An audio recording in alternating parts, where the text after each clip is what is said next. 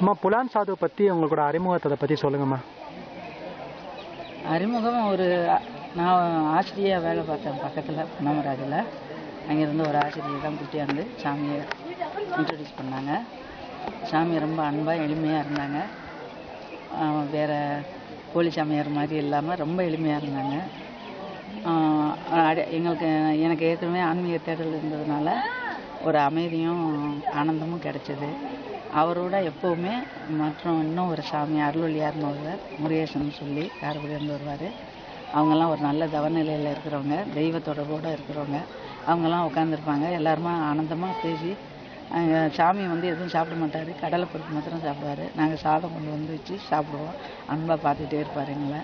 அப்படி இருக்கையில் எனக்கு திருமணம் பேசிக்கிட்டு இருந்தாங்க உறவினர் பையன் ஒருவனுக்கு. நானும் அது நடந்தால் நல்லதுன்னு நினச்சி சாமிகிட்ட சொன்னேன். சாமி வேண்டி எனக்கு குங்குமம் பிரசாதம் கொடுத்தாங்க, திருநீர் குங்குமம் கொடுத்தாங்க. உள்ள 1000 பிள்ளையார் சாமியை கும்பிட்டுட்டு கொடுத்தாங்க. அதை வாங்கிட்டு போனேன். பக்கத்தில் குளிபுரையில் பஸ்ஸுக்காக நின்றுக்கிட்டு இருக்கையில் நானும் அந்த இன்னொரு டீச்சர் கூட வந்தவங்களும் நின்றுக்கிட்டு இருந்தோம். அப்போது என் பர்ஸில் இருந்த அந்த குங்குமம் விபூதி இருந்த பொட்டணத்தை காணா. ரொம்ப பதறினேன், வேதனைப்பட்டேன். அப்போ அந்த டீச்சர் நான் வச்சுருக்கேன்ல, அவங்க விடம் அவங்க விபூதி மாத்திரம் வச்சுருந்தாங்க. ஐயோ, நான் வச்சுருக்கேன்ல சுதா, நீங்கள் சும்மா வாங்கினாங்க. இருந்தாலும் எனக்கு மனசு கேட்கல. ஏதோ உறுத்தலாக கொஞ்சம் மனசுக்கு அழுத்தமாக வேதனையாகவே இருந்தது. கொடுத்த பிரசாதம் நமக்கு இல்லாமல் போயிடுச்சு, காணாமல் போயிடுச்சுன்னு வேதனைப்பட்டேன். அதுக்கு பிறகு ஒரு மாதம் மே ஃபுல்லாக லீவு எனக்கு. நான் வீட்டுக்கு போயிட்டேன், எங்கள் ஊர் சொந்த ஊருக்கு போயிட்டேன். ஜூன் ஸ்கூல் திறந்த பிறகு மறுபடியும் பொன்னமராதி சாமியை பார்க்குறதுக்கு இது வீக்கெண்டில் சாமியை பார்க்க கோயிலுக்கு வந்தேன்.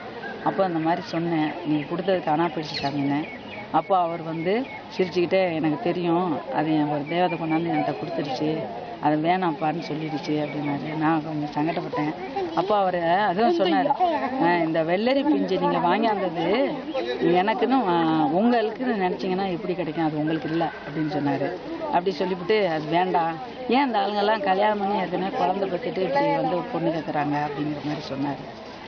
எனக்கு ஒன்றும் புரியல.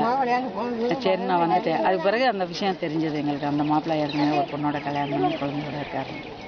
இந்த மாதிரி சாமிக்கு எல்லாமே தெரியும், முன்னக்கூட்டியே தெரியும்.